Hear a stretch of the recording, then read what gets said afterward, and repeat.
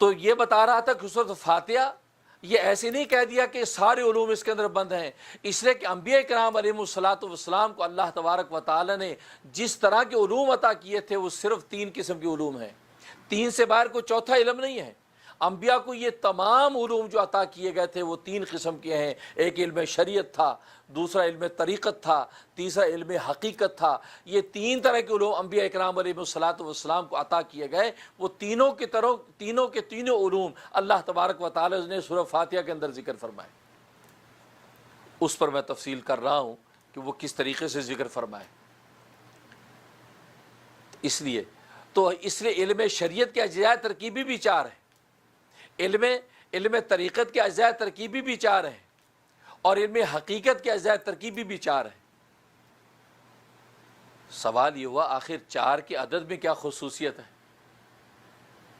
انسان کے بدن کے اجزاء ترکیبی بھی 4، علم شریعت کے اجزاء ترکیبی بھی 4، علم طریقت کے اجزاء ترکیبی بھی 4، علم حقیقت کے اجزاء ترکیبی بھی 4۔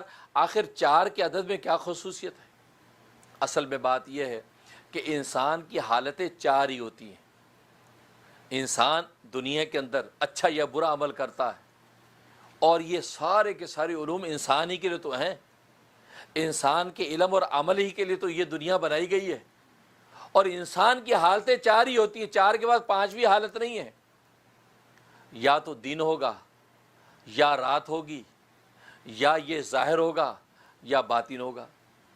انسان جب کوئی عمل کرے گا یا تو دن کی روشنی میں کرے گا اور سب کے سامنے کرے گا، ظاہر میں کرے گا، کھلے بندوں کرے گا، یعنی جلوت میں کرے گا، اور یا وہ عمل کرے گا رات کے اندھیرے میں کرے گا اور خلوت و تنہائی میں کرے گا۔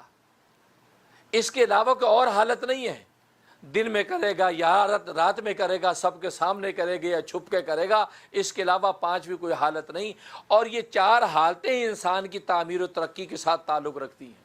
انسان اگر جسم کا سامان کر رہا ہے، اپنی صحت کا سامان کر رہا ہے، اگر غذا کھا رہا ہے تو یا تو دن میں کھا رہا ہوگا، سب کے سامنے کھا رہا ہوگا، یا دن میں کھا رہا ہوگا اکیلے میں کھا رہا ہوگا، یا رات میں کھا رہا ہوگا تو اکیلے میں کھا رہا ہوگا، یا رات میں کھا رہا ہوگا سب کے سامنے کھا رہا ہوگا۔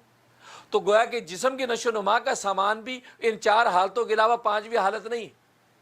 اس طرح روحانی تعمیر و ترقی کے سامان بھی ان 4 کے علاوہ 5ویں کوئی حالت نہیں ہے۔ علم حاصل کر رہا ہوگا یا تو دن کی روشنی میں حاصل کر رہا ہوگا، سب کے سامنے کھلی جماعت اور کلاس میں بیٹھ کے کر رہا ہوگا، یا علم حاصل کر رہا ہوگا اکیلے اور تنہائی میں بیٹھ کے علم حاصل کر رہا ہوگا، یا علم حاصل کر رہا ہوگا رات کے اندھیرے میں حاصل کر رہا ہوگا، یا علم حاصل کر رہا ہوگا جو رات کے اندھیرے میں اکیلا نہیں، سب کے درمیان میں بیٹھ کے حاصل کر رہا ہوگا۔ تو گویا کہ اس کے علم کی، عمل کی جتنی بھی ترقیات اور منازل ہیں وہ ان 4 حالتوں سے باہر نہیں ہیں۔ اس لیے 4 کے عدد کو انسان کی اس تعمیر و ترقی کے اندر خاص خصوصیت حاصل ہے، اس لیے 4 کے عدد کو اللہ تبارک و تعالی نے متعین کیا ہے۔